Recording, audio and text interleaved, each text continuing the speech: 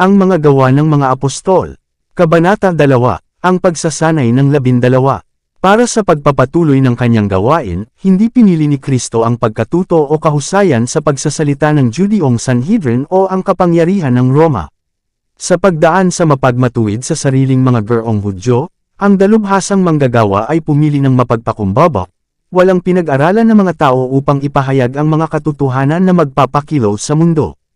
Ang mga lalaking ito ay nilayon niyang sanayin at turuan bilang mga pinuno ng kanyang simbahan. Sila naman ay upang turuan ang iba at ipadala sila sa mensahe ng Ebanghelyo.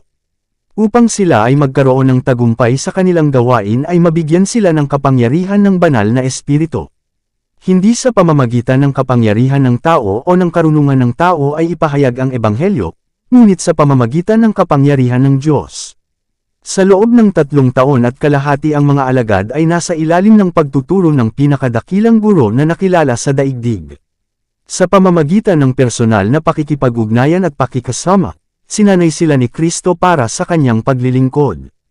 Araw-araw ay lumalakad sila at nakipag-usap sa kanya, naririnig ang kanyang mga salita ng pagpapasaya sa mga pagod at nabibigatan, at nakikita ang pagpapakita ng kanyang kapangyarihan para sa mga may sakit at naghihirap. Kung minsan ay tinuturuan niya sila, nakaupo sa gitna nila sa gilid ng bundok, minsan sa tabi ng dagat o naglalakad sa daan, inihayag niya ang mga hiwaga ng kaharian ng Diyos. Saan man bukas ang mga puso upang tanggapin ang banal na mensahe, inihayag niya ang mga katotohanan ng daan ng kaligtasan. Hindi niya inutusan ang mga disipulo na gawin ito o iyon, ngunit sinabi, "Sumunod ka sa akin." Sa kanyang paglalakbay sa mga lupain at lungsod, dinala niya sila, upang makita nila kung paano niya tinuruan ang mga tao. Naglakbay silang kasama niya sa iba't ibang lugar. Pinagsaluhan nila ang kanyang matipid na pamasahe, at tulad niya ay minsan ay nagugutom at kadalasang pagod. Sa masikip na mga lansangan, sa tabi ng lawa, sa malungkot na disyerto, sila ay kasama niya. Nakita nila siya sa bawat yugto ng buhay. Sa ordinasyon ng 12 na ang unang hakbang ay ginawa sa organisasyon ng simbahan na pagkatapos ng paglisan ni Kristo ay upang ipagpatuloy ang kanyang gawain sa lupa. Tungkol sa ordinasyong ito ang talaan ay nagsasabi, siya ay umahan sa isang bundok, at tinatawag sa kanya ang kanyang ibig, at sila ay nagsilapit sa kanya. At nagtalaga siya ng 12, upang sila'y makasama niya, at upang sila'y kanyang syubuan upang mang-aral. Marcos Kapitulo 3 versikulo 13-14. Tingnan ang nakakaantig na eksena. Masdan ang kamahalan ng langit na napapaligiran ng 12 na kanyang pinili. Ihihiwalay na niya sila para sa kanilang trabaho. Sa pamamagitan ng mahihinang mga ahensyang ito, sa pamamagitan ng kanyang salita at espiritu, idinisenyo niyang ilagay ang kaligtasan sa abot ng lahat. Sa galak at kagalakan, nakita ng Diyos at ng mga anghel ang tagpong ito. Alam ng Ama na mula sa mga taong ito ang liwanag ng langit ay magliliwanag, na ang mga salitang binigkas nila sa kanilang pagpapatotoo para sa kanyang anak, ay umaalingaw mula sa henerasyon hanggang sa pagtatapos ng panahon. Ang mga alagad ay dapat humayo bilang mga saksi ni Kristo, upang ipahayag sa mundo ang kanilang nakita at narinig tungkol sa kanya. Ang kanilang katungkulan ang pinakamahalaga kung saan tinawag ang mga tao, pangalawa lamang sa kay Kristo mismo. Dapat silang maging manggagawa kasama ng Diyos para sa pagliligtas ng mga tao. Tulad ng sa lumang tipan ng 12 patriarka ay tumayo bilang mga kinatawan ng Israel, gayon din ang 12 apostol ay tumatayo bilang mga kinatawan ng simbahan ng Ebanghelyo. Sa panahon ng kanyang ministeryo sa lupa ay sinimulan ni Kristo na gibain ang pader na nakaharang sa pagitan ng Hudyo at Hentil, at ipangaral ang kaligtasan sa buong sangkatauhan. Bagamat siya ay isang Hudyo, malaya siyang nakipaghalubilo sa mga Samaritano, na itinatakwil ang mga kaugalian ng mga pariso ng mga Hudyo patungkol sa hinamak na bayang ito. Siya ay natulog sa ilalim ng kanilang mga bubong, kumain sa kanilang mga mesa, at nagtuturo sa kanilang mga lansangan. Ang tagapagligtas ay nagnanais na ihayag sa kanyang mga disipulo ang katotohanan tungkol sa pagbagsak ng gitnang pader na naghihiwalay, sa pagitan ng Israel at ng iba pang mga bansa. Ang katotohanan na, ang mga Gentil ay dapat maging kapwa tagapagmana, kasama ng mga Hudyo at kabahagi ng kanyang pangako sa Kristo sa pamamagitan ng Ebanghelyo. Efeso Kapitulo 2 versikulo 14, 3-6. Ang katotohanang ito ay nahayag ng bahagya noong panahong ginantimpalaan niya ang pananampalataya ng centurion sa Capernaum, at gayon din noong ipinang-aral niya ang ebanghelyo sa mga naninirahan sa Sychar. Mas malinaw pa rin itong nahayag sa pagkakataon ng kanyang pagdalaw sa Phoenicia, nang pagalingin niya ang anak na babae ng babaeng Kanaanita.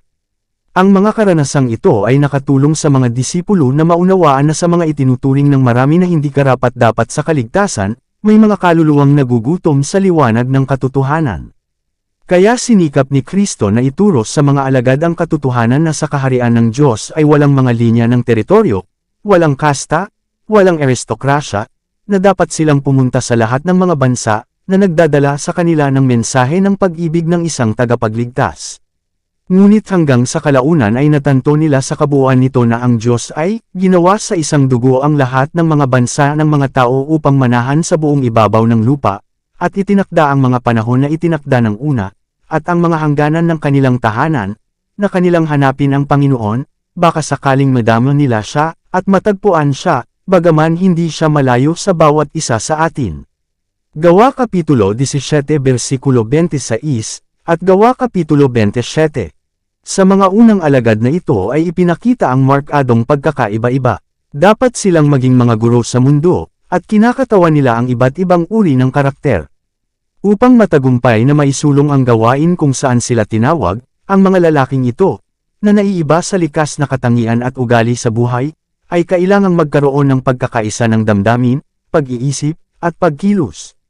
Ang pagkakaisang ito ay layunin ni Kristo na siguruhin.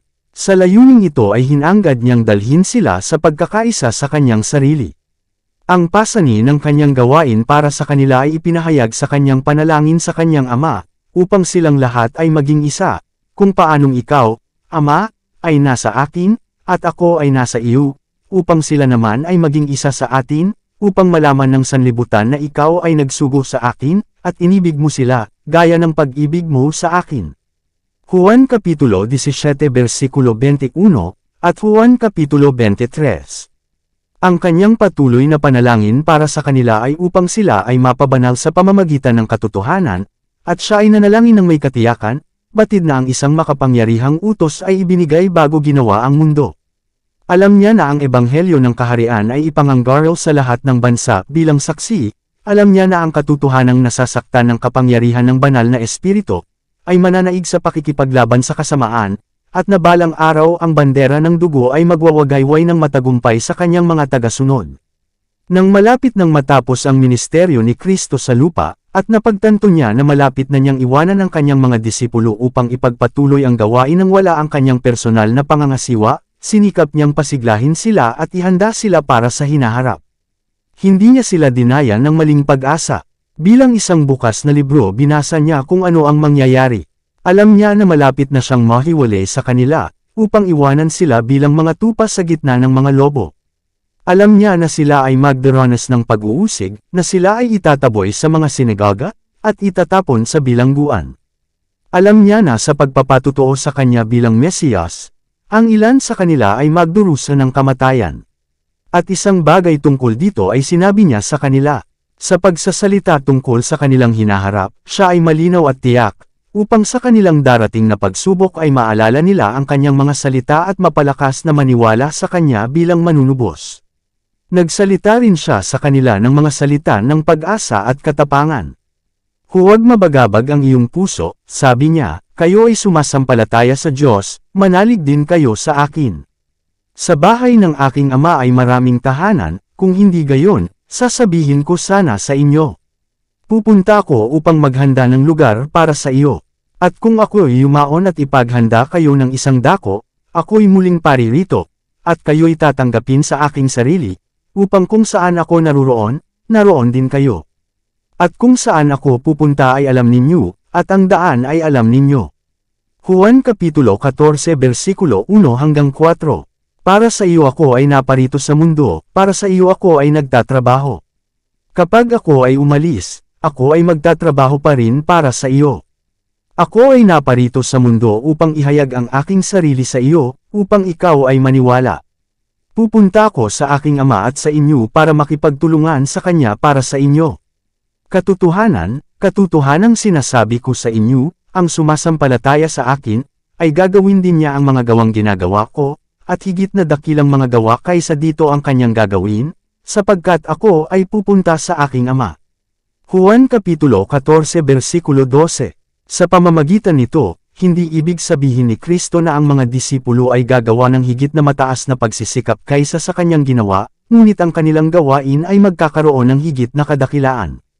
Siya ay hindi lamang tumutukoy sa paggawa ng himala, kundi sa lahat ng magaganap sa ilalim ng ahensya ng banal na espiritu. Pagdating ng mga aliw, sabi niya, na aking susuguin sa inyo mula sa Ama, sa makatuwid bagay ang espiritu ng katotohanan, na nagmumula sa Ama, siya ang magpapatuto tungkol sa akin, at kayo rin ay magpapatuto, sapagkat kayo ay may kasama ko sa simula pa. Juan Kapitulo 15 versikulo 26-27.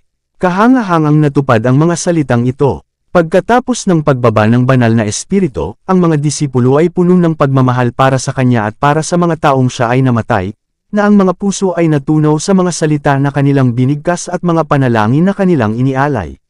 Nagsalita sila sa kapangyarihan ng espiritu, at sa ilalim ng impluwensya ng kapangyarihang iyon, libo-libo ang napagbagong loob. Bilang mga kinatawan ni Kristo, ang mga apostol ay dapat gumawa ng isang tiyak na impresyon sa mundo. Ang katotohanan na sila ay mapagpakumbaba ng mga tao ay hindi makakabawas sa kanilang impluwensya, ngunit magpapalaki nito, sapagkat ang mga isipan ng kanilang mga tagapakinig ay dadalhin mula sa kanila patungo sa tagapagligtas, na, bagaman hindi nakikita, ay gumagawa pa rin kasama nila. Ang kahanga-hangang turo ng mga apostol, ang kanilang mga salita ng katapangan at pagtitiwala, ay magtitiyak sa lahat na hindi sa kanilang sariling kapangyarihan sila ay gumawa, kundi sa kapangyarihan ni Kristo. Sa pagpapakumbaba ng kanilang mga sarili, ipahahayag nila na siya na ipinako ng mga Hudyo ay ang prinsipe ng buhay, ang anak ng buhay na Diyos, at na sa kanyang pangalan ay ginawa nila ang mga gawa na kanyang ginawa. Sa kanyang paghihiwalay na pakikipag-usap sa kanyang mga disipulo noong gabi bago ang pagpapako sa krus, hindi tinukoy ng tagapagligtas ang pagdurusa na kanyang tiniis at kailangan pang tiisin. Hindi niya binanggit ang kahihiyan na nasa harapan niya, ngunit hinanggad na isa-isip sa kanilang isipan ang magpapatibay sa kanilang pananampalataya, na umaakay sa kanila na umasa sa mga kagalakan na naghihintay sa mananagumpay. Siya ay nagalak sa kamalayan na siya ay magagawa at gagawa ng higit pa para sa kanyang mga tagasunod kaysa sa kanyang ipinangako, na mula sa kanya ay dadaloy ang pag-ibig at habag, nililinis ang templo ng kaluluwa, at gagawin katulad niya ang mga tao sa pagkatao, na ang kanyang katotohanan, na armado ng kapangyarihan ng Espiritu, ay lalabas na mananakop at mananakop. Ang mga bagay na ito ay sinalita ko sa inyo, sabi niya, upang sa akin ay magkaroon kayo ng kapayapaan. Sa sanglibutan ay magkakaroon kayo ng kapigatian, datapwat laksan ninyo ang inyong loob, nagtagumpay ako sa mundo. Juan Kapitulo 16 versikulo 33. Si Kristo ay hindi nabigo, ni siya ay nasaroon ng loob, at ang mga disipulo ay dapat magpakita ng isang pananampalataya ng parehong matibay na kalikasan. Dapat silang gumawa tulad ng kanyang ginawa, umaasa sa kanya para sa lakas. Bagamat ang kanilang daan ay mahahadlangan ng maliwanag na mga imposible, gayunpaman sa pamamagitan ng kanyang biyaya ay dapat silang sumulong, na wala ng pag-asa sa wala at umaasa sa lahat. Natapos na ni Kristo ang gawaing ibinigay sa kanya na gawin. Tinipon niya ang mga magpapatuloy ng kanyang gawain sa mga tao. At sinabi niya, ako ay niluluwalhati sa kanila. At ngayoy wala na ako sa sanlibutan, ngunit ang mga ito ay nasa sanlibutan, at ako'y lumalapit sa iyo. Amang banal, ingatan mo sa pamamagitan ng iyong sariling pangalan ang mga ibinigay mo sa akin, upang sila'y maging isa, na gaya tayo. Hindi lamang ang mga ito ang idinadalangin ko, kundi sila rin naman na magsisisampalataya sa akin sa pamamagitan ng kanilang salita, upang silang lahat ay maging isa. Ako ay nasa kanila at ikaw ay nasa akin, upang sila ay maging ganap sa isa, at upang malaman ng sanlibutan na iyong sinugo ako, at inibig mo sila, gaya ng pag-ibig mo sa akin. Juan Kapitulo 17 versikulo 10, Juan Kapitulo 11, at Juan Kapitulo 20 hanggang 23. Dito nagtatapos ang Kabanata 2. Para updated ka sa susunod na kabanata, ay huwag kalimutang mag-subscribe, mag-follow at mag-share sa ating channel Renilab TV. Maraming salamat po.